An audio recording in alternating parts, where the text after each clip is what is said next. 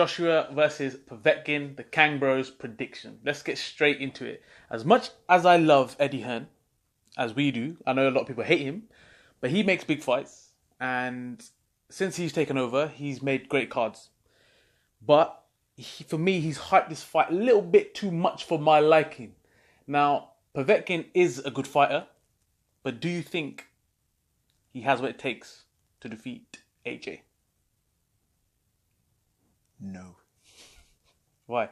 Why do you think? Because, come on, the guy's got a good pedigree, man. I mean, he's a good boxer, and he's not then he's like bum heavyweight. I'll be honest with you. Don't get me wrong, you can't underestimate Povetkin, yeah? Because he can fight. He's obviously got a good record and stuff like that. But again, he's been out of the ring for a long time. He's had his problems with drug bans and all that sort of stuff and come back against Pricey. And don't get me wrong, obviously he put Price to sleep in the end. But Pricey caught him. And he was doing this, bruv. Do you know what I mean? And you've seen all the memes and stuff like that. But for me, listen, from time that you've got Paulie Malignaggi trying to hype this fight, because it's a box office, and everything that Joshua does is box office because of Joshua. But the opponent was, I think, you're taking on a fighter who's probably past his better years. 39, bro. He's 39. He's been out the ring for I don't know how long, and he's come back into a mandatory position. I'm just like, hold on a minute. Do you know what I mean? You beat Price and you're a mandatory.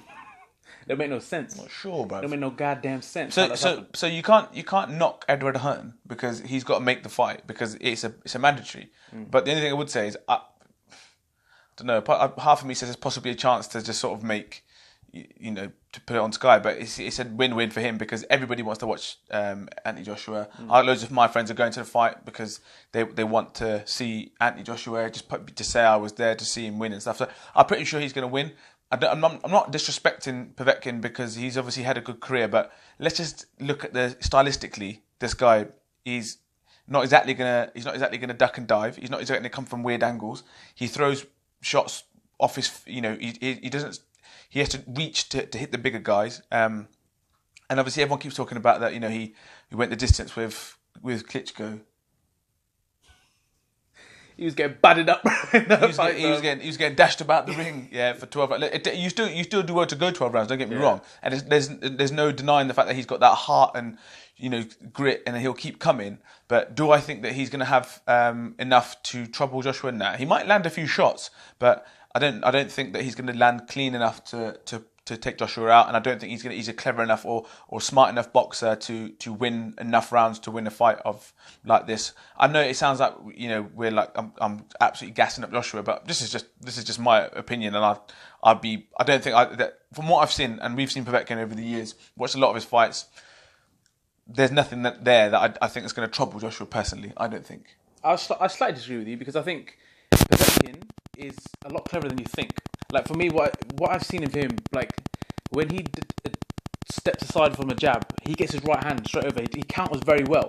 But like you said, it's the reach, and he lunges a lot for these. That's what I'm saying. It's just the lunges. He's off his feet to get these punches off. Now his hooks, either one, left or right, he's got some powerful hooks and some great technique, and he mixes it up very well. Body shots and uppercuts. So for a heavyweight, he is one of the best in terms of what he can deliver.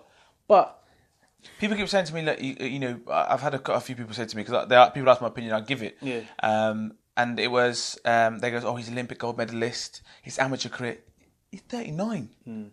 I think Olympics was 2004. He was in or something like that. I don't know which one. He was in with somebody. Amir Khan, I think, wasn't it? It might be Amir Khan. Yeah, I don't know. I don't know how long ago that is. It was. You're right. Yeah. So, but that's a long time ago. You talk about amateur pedigree. That's a long time ago. Audley Harrison was the one that they talked about with Olympic pedigree. But what about if Povetkin somehow slips in, gets inside? Because I think that Joshua will make a statement in this fight. He said himself in some of the interviews that he's going to make a statement in this fight. He's not going to do the whole, I'm going to suss this guy out, get some rounds under my belt and all this kind of stuff. I think he's going to put him to sleep early. My prediction is within 4 rounds. 4 rounds, your boy Povetkin. No, I don't. I think it's going to go like 6 to 8 rounds. Really? Because I think that the one thing about Povetkin that you do see is that the man's made of granite. Do you know what I mean? So there's every chance it could go 12 rounds. Again, it could be similar to something like like a Klitschko type fight for Povetkin, because I think it could be one of those situations where he can take shots, and he doesn't. It's not like he's the sort of person that's going to back down, and you know, he kind of looks like the person you have to carry out there before he knows he's done. And listen, as I said, he's getting on. This is going to be probably his biggest payday, bar none. So this would be it, because that's what I'm saying. It's been 4 to 5 years. And half of me is like, well, he got in that position to be mandatory, and he's kind of like, well, I don't want to take more fights, because if I lose my mandatory. So let's get the payday and let's get gone. Yeah. The thing that worries about him, like you said, 4 to 5 years has been since he's fought people like Takam, like Klitschko, and since then he's fought your average type heavyweights, and he hasn't fought the likes of like the Brazils, the Molinas. These kind of fighters for me are, I'm not saying they're elite, but they're at that level. Even like your Furies. But do you know what I mean? I'd go one even I say below that, but I'd go say, wouldn't you want to go and fight someone like Jarrell Miller and say, you know what? There's a lot of hype on this Jarrell Miller, you know, stylistically, stature-wise. I'm just saying, you know, someone like a Jarrell Miller. I think Brazil will be a tough fight, because Brazil's he's quite a slick fighter. But you say, you know, someone like Povetkin, who's the style and the build that he is, you probably want someone that's going to slug with you. Go and fight a Chisora or something. Do you know what I mean? But he's fought Pricey, and I think that was, I mean, to be fair, it's actually hard to watch because we like Price, but you know, it was a bit like, oh. What about if Povetkin comes with that Russian beef, bruv? What about then? You change your mind then? Listen, unless his Russian man's getting a ring with him, do you know what I mean? 2 free man. If he brings 2 free men in there with him, then it might be. But as far as, like I said, going back to the point, I don't see this fight going any other way but a Joshua win. Not just because I'm just a Joshua fan, just because I'm in a boxing perspective. I don't think he has. I don't think Povetkin has enough. I don't think his footwork's quick enough. I think he throws shots off balance, and I think he goes in recklessly, and I think Joshua possesses the power to be able to, you know, A, take his shots, and B, be able to counter. I know he hits hard, I know that, but equally Joshua took Klitschko's biggest bang and got up. So for me, and he took a big one off Dillian White, and he stayed up. So for me, I think Joshua win. I think you hit the nail on the head. I think when Povetkin launches himself in recklessly, he's going to get boom, straight down the middle. It's going to be, that's why I see it. It's going to be straight down the middle, hard jab or right, straight right, boom. And that's what I can see. But that's our prediction. One thing I will say is, Luke Campbell, come on, G. I've always been a fan of Luke Campbell.